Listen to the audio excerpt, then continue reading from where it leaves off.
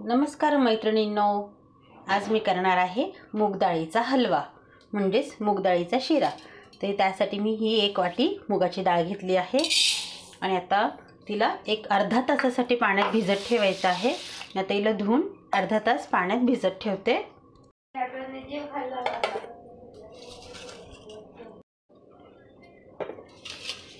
डाळ भिजून अर्धा तास झालेला आहे। आता ही डाळ आपल्याला एका रोळीत उपसून घ्यायची आहे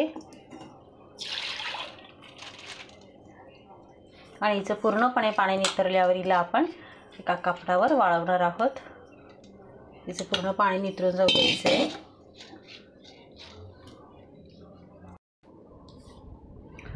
या पद्धतीने आपल्याला डाळ ही 15 मिनिटांसाठी फॅन खाली छान वाळवून घ्यायची आहे। खूप जास्त कडक पण नाही वाळवायची, उन्हात पण नाही वाळवायची, फॅन खाली थोडीशी वाळवून घेऊया जेणेकरून हिचं पाणी निघून जाईल।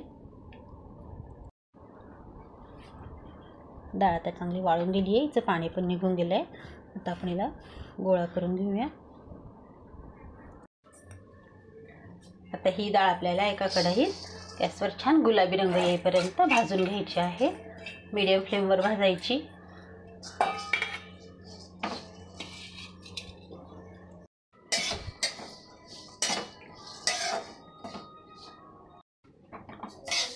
डाळ अशी छान सारखी हलवत राहायची आहे। अधनं गॅस फुल करायचा, कमी करायचा।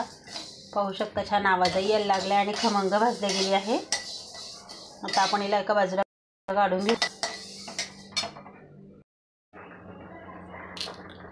आता ही डाळ गार झाली का आपण मिक्सरला दळून घेणार आहोत। डाळ गार होत आहे तोपर्यंत आपण त्याच कढईत 2 चमचे तूप घालूया।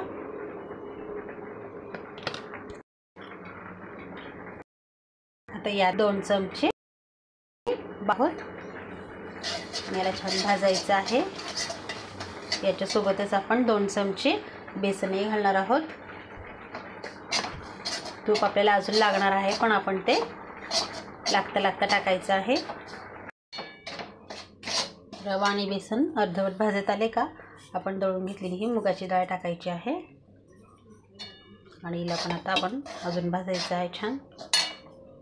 आता यात टाकायचं आहे आपल्याला 2 चमचे तूप। सारखं भाजत राहायचं आहे। असा थोडा भाजत आला का आपण अजून 1 चमचा तूप घालूया।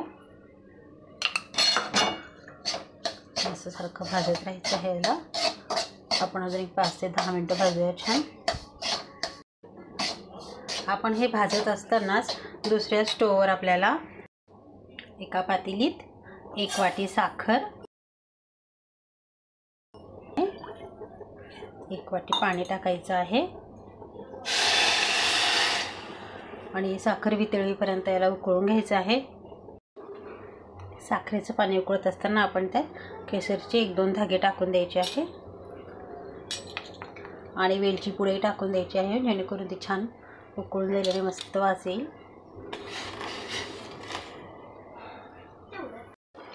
साखरेचं पाणी उकळून गेलेलं आहे, पूर्ण साखर वितळून गेली आहे। आपल्याला याचा पाक नाही करायचा। आता आपण हा गॅस बंद करून देऊया।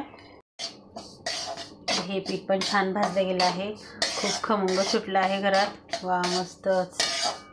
तर यात आपण हे साखरेचं पाणी टाकून देणार आहोत।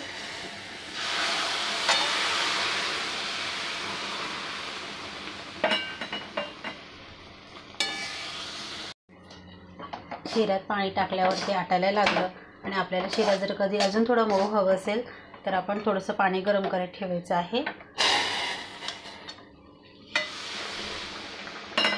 साखरेच्याच पातेल्यात गरम करून घेतलं, अगदी थोडंसं अर्धी वाटी पाणी, म्हणजे आपल्याला 1.5 वाटी पाणी लागलं आहे। डाळीवर असतं कुठली डाळ जास्त पाणी घेते। आपण थोडासा रवा पण घातला होता त्यामुळे आपल्याला 1.5 वाटी पाणी लागलं आहे। शिरा जसा होत होता तसं त्याला तो छान फुलत होता। त्याला अजून अर्धी वाटी पाणी घातलं म्हणजे आपल्याला पूर्णपणे 2 वाटी पूर्ण पाणी लागलं आहे। आता शिरा जवळजवळ पूर्ण झालेला आहे। खूप पातळ लापशी पण नाही करायची। आता याला थोडी वाफ घेऊया आणि दुसऱ्या स्टोववर मी तूप गरम करत ठेवते आणि आपल्याला ड्रायफ्रूट्स तळून घ्यायचे आहे। त्यासाठी तूप गरम करत ठेवलं आहे. आता त्या तुपात थोडेसे बदाम, थोडी काजू आणि थोडे पिस्ते छान तळून घेते.